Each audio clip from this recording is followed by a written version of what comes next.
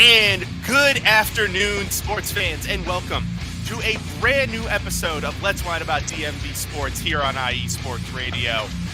We are kicking off Season 3 in the middle of the heat of the summer, and boy, things are heating up in baseball. We're going to talk about the Orioles, the Nationals, catch up on what we've missed for the past few weeks, and even a brawl in the Orioles and Yankees game. We definitely got to talk about that. We're also going to go over our mid-season MVPs for both squads and dive in a little bit into the MLB draft, which, for those of you who didn't know, is next week.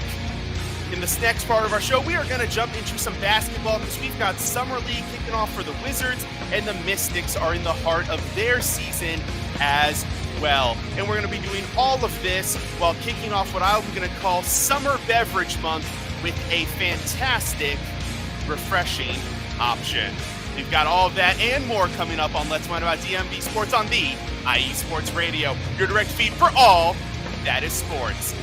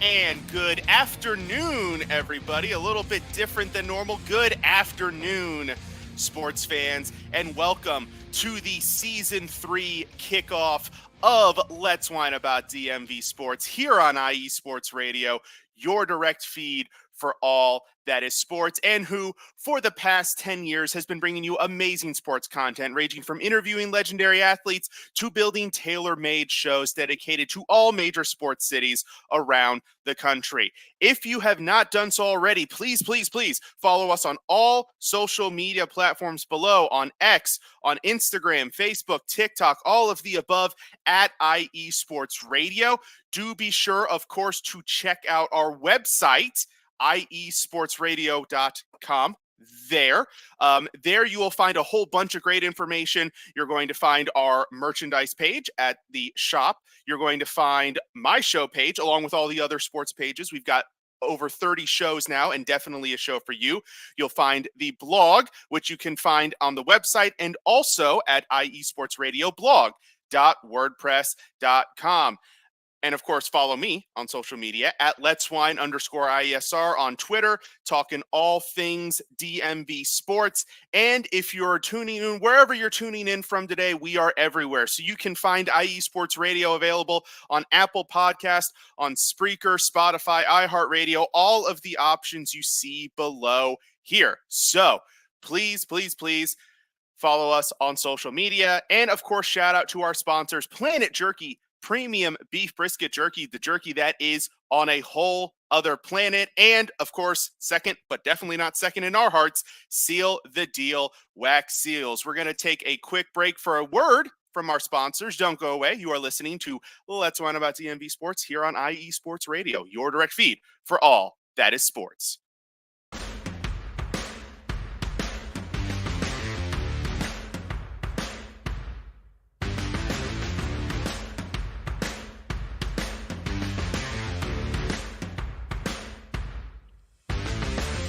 IE Sports Radio fans, this show is brought to you by Planet Jerky Premium Brisket Beef Jerky. Planet Jerky is the official jerky of the 2022 California League champion Lake Elsinore Storm, Single A affiliate of the San Diego Padres. This all brisket jerky has gluten-free options, contains no MSG, no sodium nitrate, is low in sugar, and high in protein. Go to their website at planetjerky.net and follow them on Instagram at Planet Jerky. Planet Jerky, the jerky that's on a whole other planet.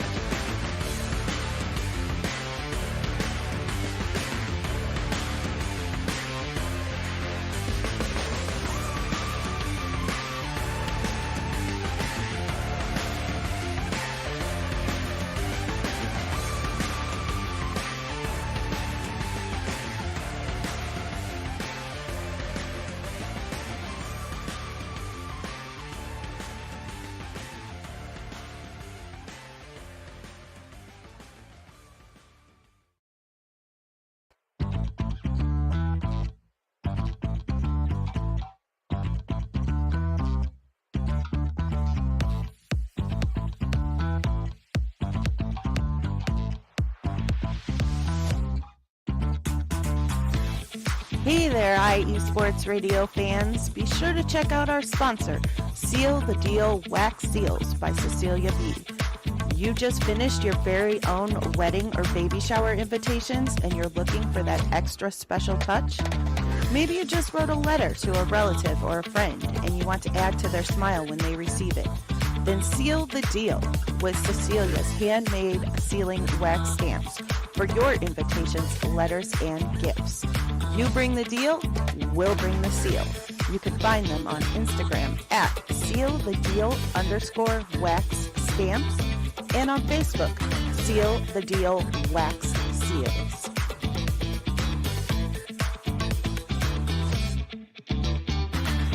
And welcome back to Let's Learn About DMV Sports here on IE Sports Radio, your direct feed for all that is sports. Another great shout out to our awesome sponsors, Planet Jerky Premium Beef Brisket Jerky. It is jerky that is truly out of this world. Word of caution, if you like heat but don't love heat, I would stay away from the Carolina Reaper because that one is going to really give you a kick. But if you like heat, the volcanic jalapeno is a very good alternative option. Also, if you follow them on Instagram at the IG below, and say that you heard about them through IE Sports Radio, you get a free bag of jerky. So that's a pretty cool promo right there. And of course, shout out, like I said, not on number 2 in the playlist, but not number 2 in our hearts. Seal the Deal Wax Seals. Definitely check out Cecilia's stuff on Instagram. It is really cool, really unique stuff, and a great little touch to your special occasion. We have a ton of sports to get to today, folks, because we have been off for almost a month. I think about a month. We'll call it a month. And so we are going to get into a bunch of sports today. But first, of course, you all know the tradition. We must start with the alcoholic beverage for the day. I'm not saying wine because it is not a wine. We are in the middle of the summer. It is stinking hot outside. We don't want a heavy, hearty beverage. We're not drinking a really big, bold red. We're not drinking a stout. Some crazy people might be drinking some Guinness this time of year. You know, shout out to our boy Larry B, who I've learned is a very big Guinness fan. So shout out to Larry B, the owner of our station. But we want something lighter. We want something more refreshing. So July, for the 3 shows we're going to have in July, is going to be Summer Beverage Month, focusing on beers and ciders. And what better beer, I thought, to start our segment off than with Samuel Adams. This is their Pool Party summer release beer. As you can see, the little can, it says new. So this is a new bad boy. It is a citrusy, hazy pale ale. And with 5.5% alcohol. So kind of right in the middle of what you would typically expect for your beers. Most beers fall in like that 4.5 to 6.5% range. So this is right in the middle. Also an interesting topic that I don't know if I've talked about on the show before, 30 IBUs. Now, what is an IBU? Well, an IBU is what is known as an international bitterness unit. That's right, international bitterness unit. Well, beer is international, so it makes sense that they had to come up with that. But it is a way to kind of measure the bitterness level of a beer, going anywhere from your ciders and your fruit beers, which are going to be on the lower end of scale, 0, 5, 10, all the way up to the scale goes up to 120, and that is going to be your double IPAs, your triple IPAs. There's a beer special British beer called a ESB, which the B stands for bitter. I think it's extra special bitter. So that beer is pretty bitter. 30 is on the lower end, it sounds like, but really not many beers get above 70 or 80. You really have to get to a certain type. So 30 is actually more towards the middle of the road for most of your beers. And this one being a citrusy hazy pale ale, I do wonder if it's going to have a lot of similar features to an IPA that we've had previously on the show. Let's see if we can get if you can hear the crack, which is another great summer sound, the crack of a beer can. And by the way, shout out to Ralph Calise joining us in the chat room. Ralph, thank you for jumping in. Also, shout out to Jen B for jumping in the chat as well. Good evening to you, and good evening to everybody listening at home. It is great to have you here with us. But back to Samuel Adams and, of course, Pool Party. Perfect name for a summer beer. We have our glass because you never drink beer right out of the can. Okay, no, in summer, I'll forgive that. You can drink beer straight out of the can and straight out of the bottle in the summertime because a lot of times you're enjoying these beverages outdoors. You don't want to take the time to find a glass, pour it into a glass, maybe spill that glass, drop that glass. Keep it simple. For the summer, I will forgive you drinking straight out of the can, but we're not here. So we got to get our little pour on here. Got to show off the pour. Let's see if we nail this on the first try. Almost nailed it. Not quite. We got pretty close there. A little bit too much what they call the head there at the top. I try not to use that term lightly for its colloquialisms, but we've got our beer here, and you can see it's definitely hazy. You can see the color. A lot of beer is going to be a little bit less opaque than that. You're going to be able to see through it. Apologies for the dog. And this one, you can not see anything through it, but it's got kind of your typical pale ale color, kind of that between yellow, orange mixture of color. Let's give it a sniff. It smells like a beer. It actually does smell like an IPA. So I'm expecting this. It's kind of got that citrusy hoppy aroma to it. So I'm expecting this, even though it doesn't call itself an IPA, I'm going to go on the record and say that this bad boy is going to taste like an IPA. So let's give it a sip.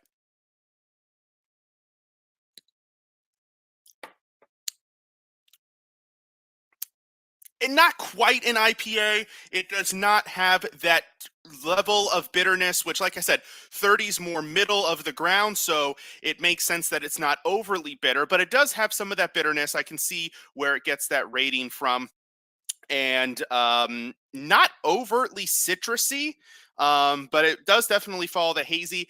Not overly flavorful, which is okay. Again, you're usually not drinking something to be like, ooh, I taste the notes of orange and all the different notes in your beverage this time of year. You are really, just drinking something refreshing to, give you something to cool off while also give you that fun vibe of drinking a beer in the summer. So this is very lovely. It's very nice. Yeah, and it's a great summer beer. It checks all the boxes. Not too heavy, not too strong, not too bitter, balanced, easy drinking. It's not quite what you would describe as beer-flavored beer, but it's still pretty good. So that's our beverage, and this is Noda Brewing, by the way, a local brewery to North Carolina. I'm drinking out of their glass today, so shout out to them as well. And that was Samuel Adams Pool Party, 5.5% alcohol, very crushable for the summer. We are going to take our next break. When we come back, we're going to jump into some baseball. Lots to talk about on that front. Don't go away. You're listening to Let's Whine About DMV Sports here on IE Sports Radio, your direct feed for all that is sports.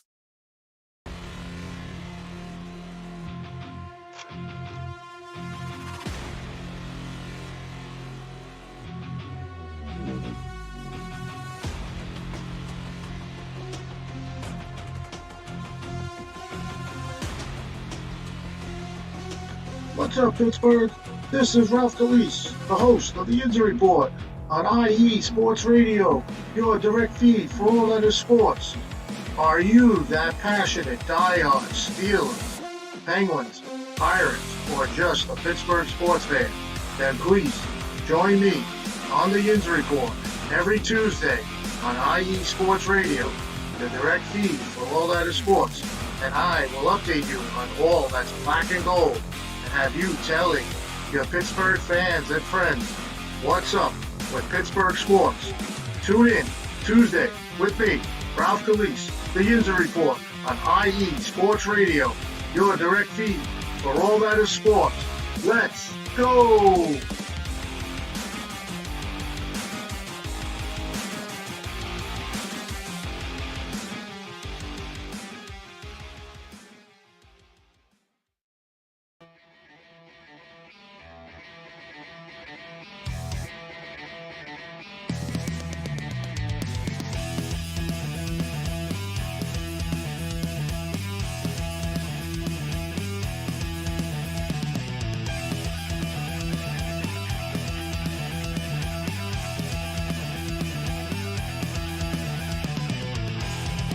It's IE Sports Radio.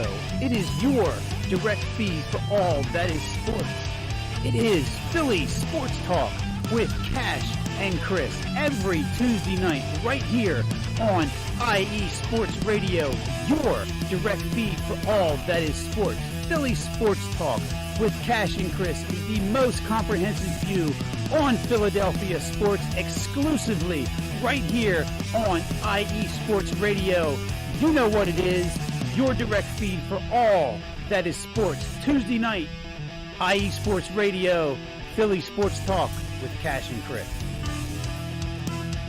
And welcome back to Let's Whine About DMV Sports here on IE Sports Radio, your direct feed for all that is sports. Shout out to Ralph of the Yinzer Report and Cash and Chris on Philly Sports Talk. Both great shows, great people, and great diehards to listen to talk about sports. We've got a bunch of them here. So definitely tune into all these other great shows as well. It appears that I've sparked a little bit of a debate in the chat about pouring all of it into a bottle as opposed to a can. Or drinking out of the bottle as opposed to pouring it into a glass. And what can I say? I'm a purist. I like to drink it straight out. But you can see, hey, buddy, how you doing? Yeah. We have a guest appearance here, folks. This is my son, Brian. Say hello to everybody. Bye. Brian, Hi. Brian, are you a sports fan? Yes. Yes. What's your favorite sport? Baseball. Baseball. Hey, that's perfect because we're going to jump right into some baseball. You want to sit right here, buddy, while I talk some baseball? Thanks, bud. Thanks for tuning in. Special appearance. So we are going to talk some baseball today. We have missed a lot in the last month. Of course, missing a month of sports, in the middle of baseball season, you're going to miss a lot. So let's jump in. Let's start with the Orioles. Now I'm going to talk about last night's particular incident in a second, but just a general view of where the Orioles currently sit. They survived their really rough stretch in the month of June. 29 games in 30 days. It was actually 30 games in 31 days with their playing on May 31st as well. But the team did go 17-12 in the month of June, which is a pretty good considering that stretch. They won series against the Braves, the Phillies, the Yankees. It would have gone even better if they hadn't gotten swept by the Astros. But, hey, things happen in baseball. That has a tendency to happen.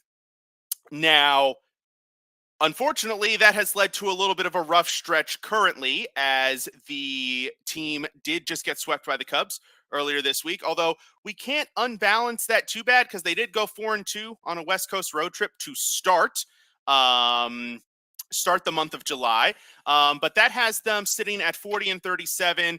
They were 40-36 entering last night, but they did lose to the Yankees. Now, the loss was not the biggest news of the game last night. The biggest news was, of course, the ninth inning brawl where Heston Kjerstad got beamed in the head with a 97-mile-per-hour fastball. Now, interestingly enough, it was not the hit by pitch that caused the subsequent, we'll call it kerfuffle, because no pit punches were thrown. So really, you can't call it a brawl.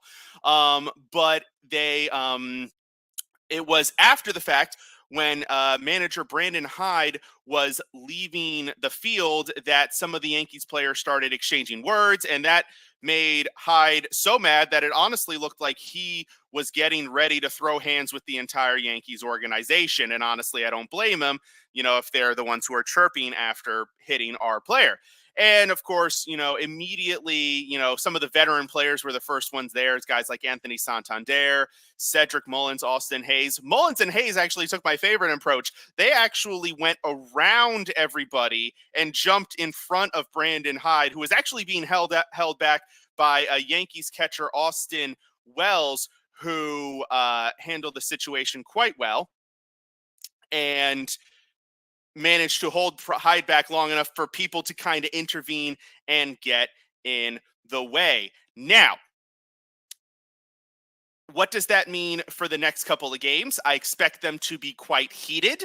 Not because it's going to be like 95 degrees in Baltimore, but because, you hit a player with a pitch and, especially in the head, and things are going to happen. Jen B does ask a great question in the chat. Is Heston okay? Actually, yes. Not only is he okay, he's actually in the starting lineup for today, playing in left field. So, and luckily, I guess it caught him just the right way in the helmet to where it didn't cause any long-lasting problems. But we'll see.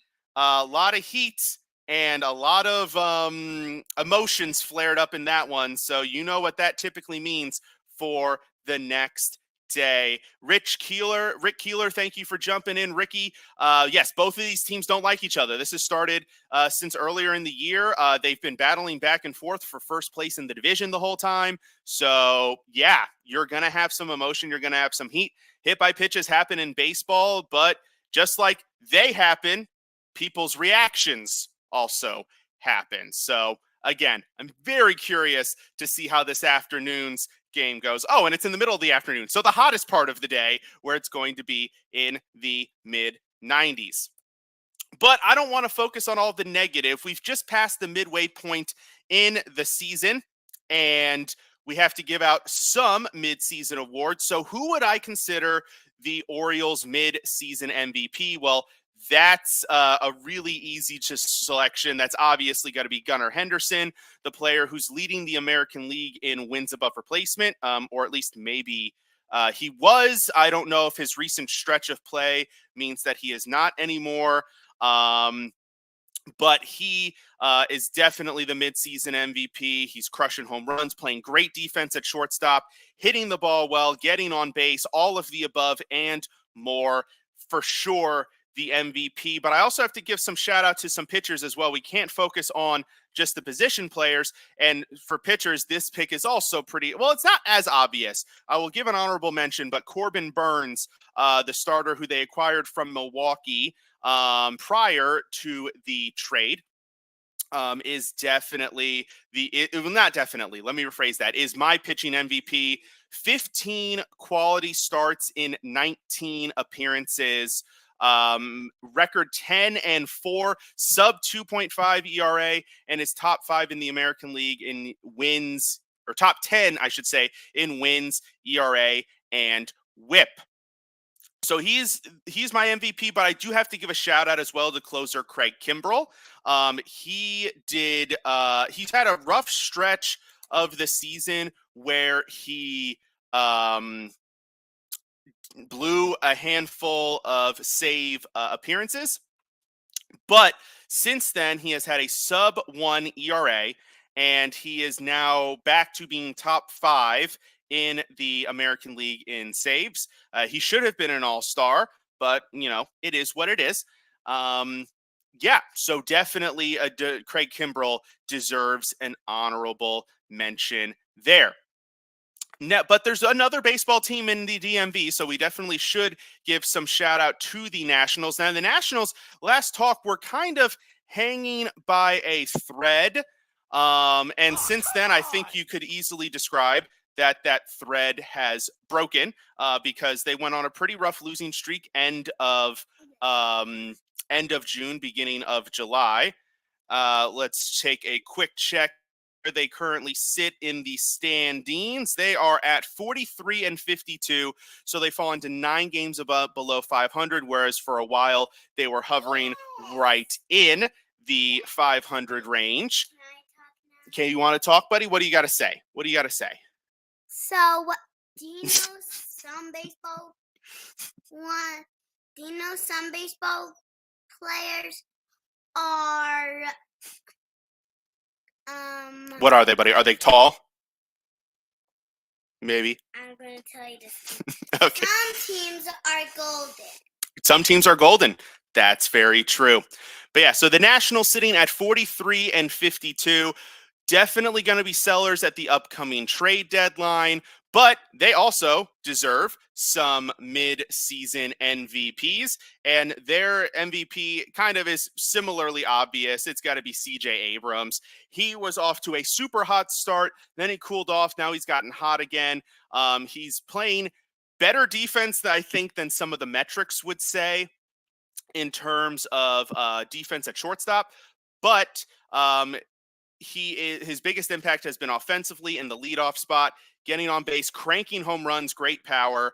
So he is the MVP on the offensive side. And for the pitching MVP, I couldn't really decide between this duo.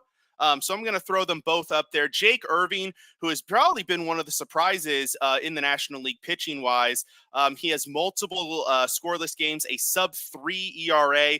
He's a young player. He's only 26. This is only his second full season in the big league. So he does occasionally have some blow-ups and, some games where he doesn't pitch so hot. But he has been the most consistent starter for the Nationals throughout the year. And then Kyle Finnegan, the closer, top 5 in the National League in saves, top 10 in ERA among closers.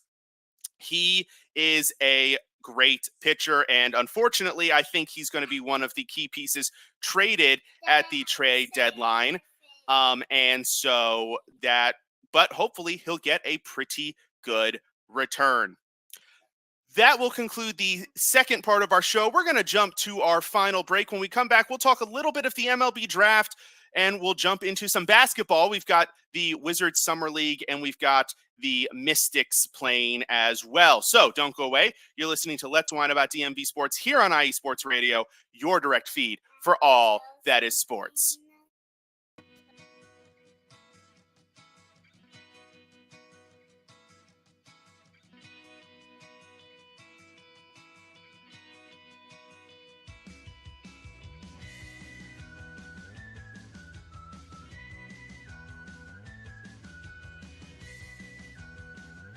Hey, Cleveland and Columbus sports fans. This is Jen B, host of the Show of the Land on IE Sports Radio, your direct feed for all that is sports. If you love Cleveland and Columbus sports like I do, be sure to tune in live to the Show of the Land on Tuesdays, where we will cover the Cleveland Browns, Cavs, Guardians, and Monsters. We will also talk about the Columbus Blue Jackets, Crew, Fury, and of course, the Ohio State Buckeyes. We'll also cover other colleges in the area like Akron, Kent State, Cleveland State, Mount Union, John Carroll, Baldwin Wallace, Youngstown State, among others.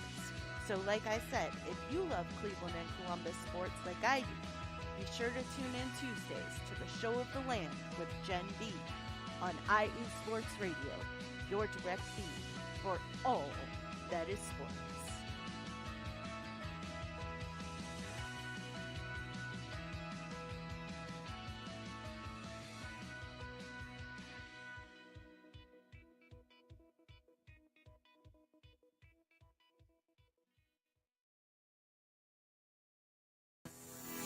Sports fans, do you like teams that are tough, cities that are tougher, and fan bases that are passionate about their teams? How about teams that are historic and stadiums that are iconic? Then you belong in Chicago, and you need to check out Chi-Town Weekly. Join me, Adam Kernick, every week as we keep up with all things Chicago sports. Bears, Bulls, Blackhawks, Cubs, White Sox. We'll cover them all, plus more. The Windy City is always buzzing, and we'll keep you up on all the big games and major stories. So tune in to Chi-Town Weekly every week right here on IE Sports Radio, your direct feed for all that is sports.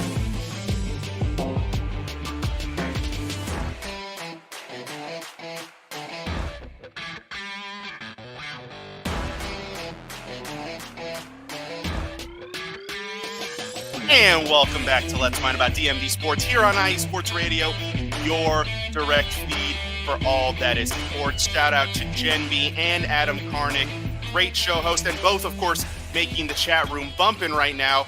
Looks like we have started, for some reason, looks like hating on Detroit for some reason became the going trend here. Also, a little bit of hating on Cleveland as well. But yeah, somehow we just branched into Detroit sucks, per Larry B here. We've got Jen B is mad at Detroit, so just branched into some Detroit hate. But hey, that happens.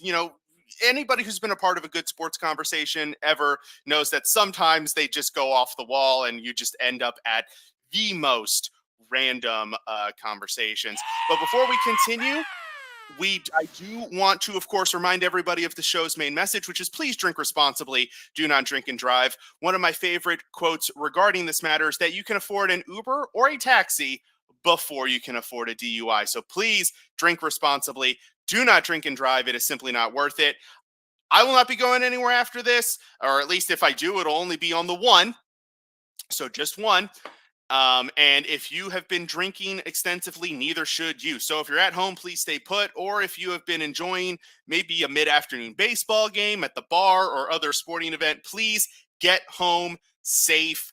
Uber, taxi, designated driver, Lyft, Amazon, ship yourself home. I don't care. However you do it, just please do not drink and drive. It is simply not worth it. Now, for our final actually, we've got a pretty good amount of time, so we can spend a little bit of time here talking about some more baseball. So the MLB draft is right around the corner, folks. The Nationals have the 10th pick in the first round. The Orioles have the 22nd pick. They also have the 32nd pick, which was awarded to them as part of Gunnar Henderson winning Rookie of the Year when Major League Baseball redid their players union negotiations a few years ago. They added an incentive because one of the biggest complaints was player control manipulation. Teams would have a player up, they'd send him back down, just to avoid him accumulating too much time and getting a year of service counted towards his arbitration. Well, now there's an incentive where if your best player wins a Rookie of the Year, you get an extra draft pick. So hopefully that is one way that will help curb any of the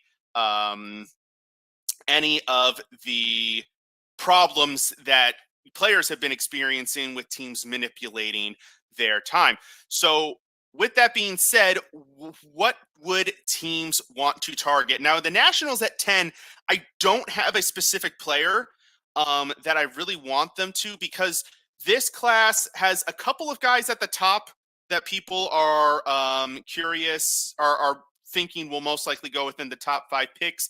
But after that, there's a handful of prospects that could go up to 5, could drop down to 10, could go to 7, some could land at 12.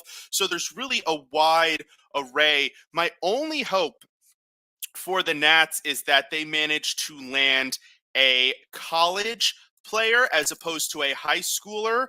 And the reason being is because looking at where they are developmentally, this team, A, much improved from where they've been the last couple of seasons, I would say, and B, a lot of their prospects are starting to get ready to make the big show. So whereas many people thought this time last year we were looking at maybe a 4 to 5 year 4 to 5 year rebuild. Now we're really maybe only looking at 2 to 3. So it makes more sense to me to land a college bet. And as I was talking, I was looking at the list and I actually lied. There is one player who I do want the Nationals to draft, and that would be Nick Kurtz, first baseman out of Wake Forest. He has a pro-ready bat. He has great power potential. He plays first base, which is not a premium defensive position. However, if you look at the Nationals' prospects, first base is not really heavily covered. So it actually makes sense for them to go after somebody who could play the corner infield spot.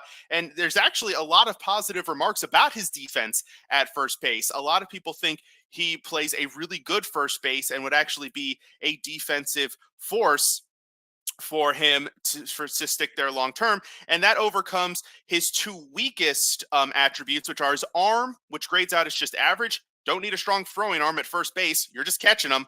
And his speed, which a lot of people would say is about below average. But again, if you're a power hitting first baseman, and I'm not comparing him to these guys, but think about, did Albert Pujols need to be athletic? No, because he smacked the crap out of the baseball every time he came up at bat. Did Miguel Cabrera need to be athletic? No, because he came up and he smacked the crap out of the baseball every time. Did David Ortiz have to be athletic? No, because what did he do? He smacked the crap out of the baseball every time. So these guys, I think Nick Kurtz fits a need that the Nationals have, and he fills it really well. So Nick Kurtz would be my preference. He's currently graded as the 7th best prospect. And he's one of those guys that people are saying, hey, he could go as high as 5. He could go as high as 12. And I will give a quick shout out to this comment. Jen B, Cleveland Indians with the first number 1 pick, the first time ever. Oh, and by the way, the Indians are one of the best teams in the American League. So talk about a great situation Cleveland has, having the top pick and being one of the best teams in baseball. It's funny how that works sometimes. The Orioles were like that a couple of years ago when they were starting to get, sorry, did I say Indians? She just corrected me to Guardians. Cleveland Guardians. I will get that right one day. Maybe. We'll see. It took me a year and a half to get used to Twitter being X, so you never know. But yes, the Orioles with the 22nd pick. There is one guy, and I don't know if he's going to be there because he did just have a really good NCAA baseball, really good College World Series. There we go. I had to fish for the words. He had a very good performance there, so people might be high on him, but I'm crossing my fingers that Vance Honeycutt from UNC makes it to Baltimore's pick at 22. He is currently graded, and this is all per MLB.com, he is currently graded as the 22nd best prospect in the class. Now, these rankings start to become a little bit more arbitrary as you get further down the list. You also start to run into weird situations and the MLB draft is unique in that you can draft guys out of high school, but depending on their commitment to college, they may not decide to sign with you and instead go to college. So we've seen it where, high school players get ranked in like the late teens, early to mid 20s, maybe in around 30, and nobody drafts them because teams have these talks with them and they say, no, I'm really committed to going to Vanderbilt, UNC, whatever baseball school they decide to go to. And you have to pay me an egregious amount of money in order to get me to waive my commitment. So that starts to happen around that range. So, you'll see guys that are in the teens drop because of that. You'll see guys that are in the 20s and 30s get a bump up because they're willing to sign for reasonable numbers. You also have the very confusing overslot, underslot component of the MLB draft, where unlike in say the NBA, where basically you're paying X dollars based on where you pick somebody. You can pick somebody at 2, but if they were like the 10th rated prospect, you don't need to pay them number 2 pick money. It's very confusing. It's very weird. I don't understand why they really do that, but it allows teams to manipulate the salary money because they get X number of dollars per draft. So let's say I'm picking 10th and I pick thank you, Adam. Adam agrees with me.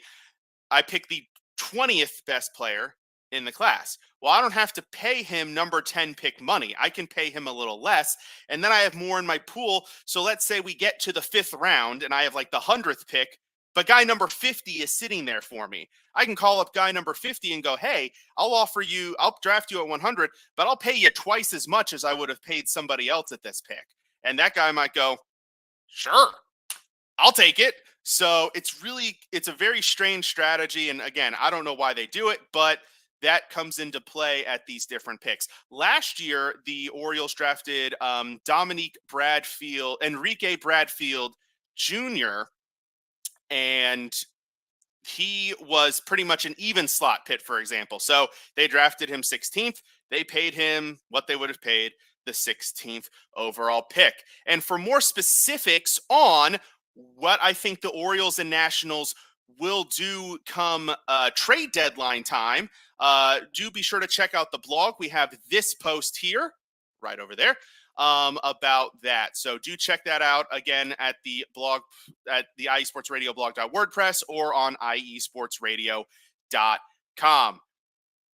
So Vance Honeycutt, my preference, but if he's gone, knowing the Orioles' recent history, they'll probably pick a college player with a lot of power that maybe needs to be taught up to hit a little bit. And we'll see where that goes. I mean, obviously, they're having trouble making room on the big league roster for all their prospects currently. So, who's another guy to just throw in the mix? You never know. We've got about 10 minutes left here, so we are going to jump into some basketball. Now, the Wizards have been very active this off season, going back to before the draft, which we discussed this on our brief in between season episode where we talked about the trade for Denny Avdia and the 3 first-round picks, which they used on guys with huge potential upside, but maybe would take a year to develop. And then they went out in free agency and they signed center. They did a sign and trade, actually, as it was, for center Jonas Valanciunas. Since then, pretty quiet. Not a lot has happened. They did make a move the other day. They signed free agent forward Sadiq Bey to a 3-year contract. Now, Bey is going to start the season on not on the injured reserve because the NBA doesn't have that, but he will be injured, so he will be on the bottom of the roster to start the season. But if he gets back healthy, it's an intriguing high upside pick, and they only signed him for like $6.5-7 million a year.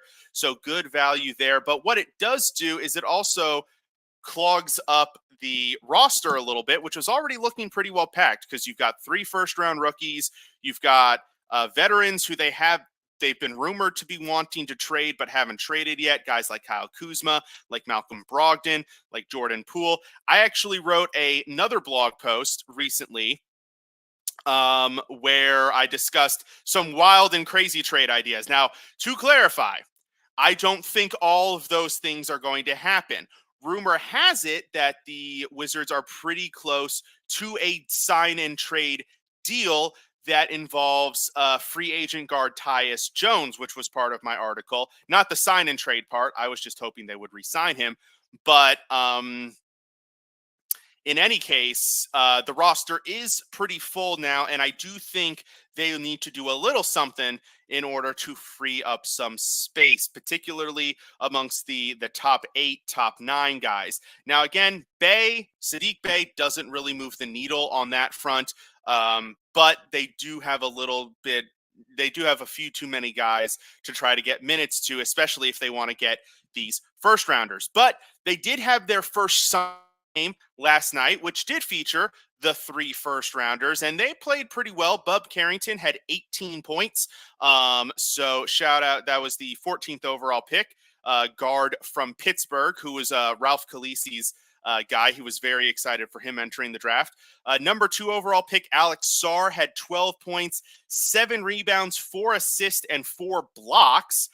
So he showed great promise defensively. Took him a little bit to get going, to get a shot going, but he's a 19-year-old rookie from France.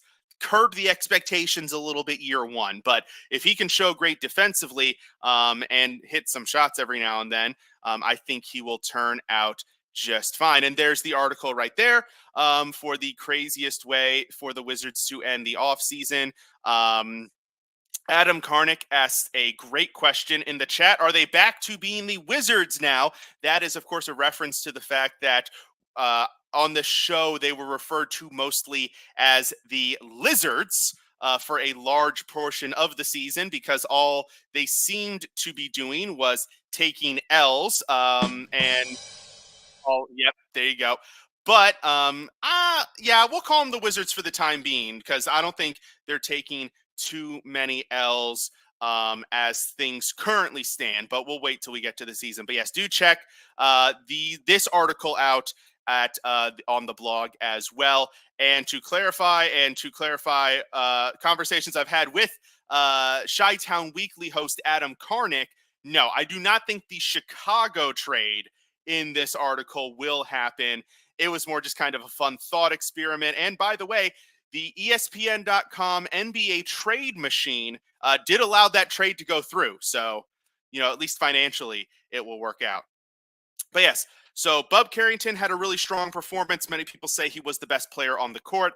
Alex Sarr was really good. Keyshawn George, who was the team's last first-round pick, had an up and down evening, but the 26th overall pick, again, curb your expectations, A, and B, he was more of an upside pick anyways. And of course, we got to give some love to the ladies as well, as the Mystics are in the heart of their season. So let's take a quick look at how they are performing. They got off to the really rough start where they've lost their first 12 games, if I'm recalling correctly. Let's see. Yes, it was the first 12 games. But interestingly enough, after that 12-game losing streak, they went 4-5 and have now made it to 6-17, which actually means they have a winning record in their last 11 games, which is actually a pleasant surprise because they've had to deal with injuries to center Shakira Austin. Guard Brittany Sykes has been in and out of the lineup. We've lost games from Maisha Hines-Allen, I think, has been hurt some. So they've been relying, a roster that was already thin on depth has been relying even more on younger, unproven players. And as you can see, they're not even the worst team in the league right now, as the Los Angeles Sparks, shout out to our LA people, and Dallas Kings are at the bottom of the league now. Now, do I think this sterling trend will continue and they'll be able to parlay it into a playoff spot? Potentially. I mean, look at these. Look, the top 8 teams make the playoffs, I believe, in the WNBA. I believe it is the top 8. It's either 6 or 8. Look at, you got the Sky in there at 8, the Chicago Sky, going back to Adam. They're 9-13. They're only 3.5 games better. So parlaying a playoff spot is not out of the question. The Indiana Fever, led by Caitlin Clark, are also only 3.5 games better. They just happen to be percentage points better than Chicago. So there is room for a team like the Mystics to sneak up a few spots and steal a playoff spot. Now, I said prior to the season, or at least early on in the season, that I felt the Mystics' real goal this year was to quote unquote tank and go for Paige Beckers, who's coming out in the draft next year. This apparently has been incorrect because they've decided to start winning games. But I do think they're in a spot where, yes, with their recent success, they could jump up the rankings, or they could fall just a few games and end up being the worst team in the league. So it's kind of a precarious situation. They do have a home game against the Las Vegas Aces tomorrow at 3 p.m. Now, the Aces are one of the best teams in the league, so I don't have incredibly high hopes for that one. But stranger things have happened. There's a reason they play every game. If the best team just won every time, just put the best 2 teams in the championship. No, you got to play the game.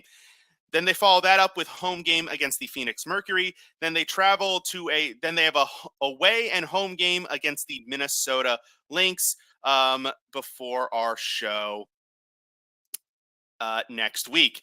Adam with a great point about the playoff hunt is full. It is definitely tight there at the bottom. And you can see as you look at the WNBA standings that there's a really quite a gap between those top 4 or 5 teams, which unfortunately make up a lot of the Mystics' upcoming schedule, and then that group there at the bottom. And then you have the Phoenix Mercury sitting in the middle that are 3 games away from everybody. It's kind of an oddity in the middle there. The stat leaders for the Mystics, which is it's been a little inconsistent because, like I said, a lot of players have missed a lot of games.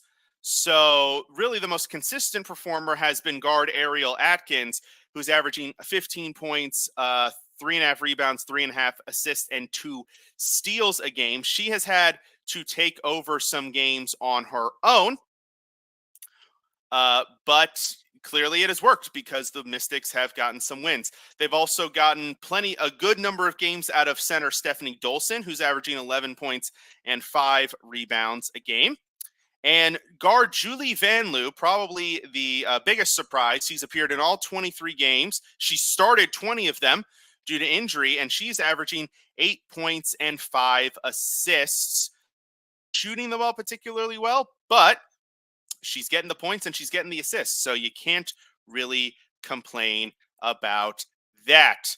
Other shooting metrics, Stephanie Dolson has actually been shooting really well, 51% from the field, 50% from 3, which is absurd for a center.